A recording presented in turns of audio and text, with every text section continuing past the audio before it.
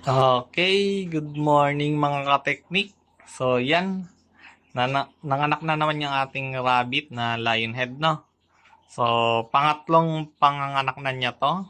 So, yung una at pangalawa ay mga nagsimatay kasi hindi niya pinapa-dede yung kanyang mga kids. So, yung una at pangalawa ay tig-tatlo yun. So, anim. Tapos, ito naman ang pangatlong panganganak niya ay apat naman, no?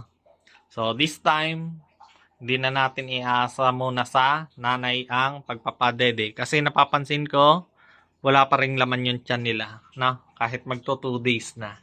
Yan. Dapat may puti-puti na yung gatas sa tiyan nila. No?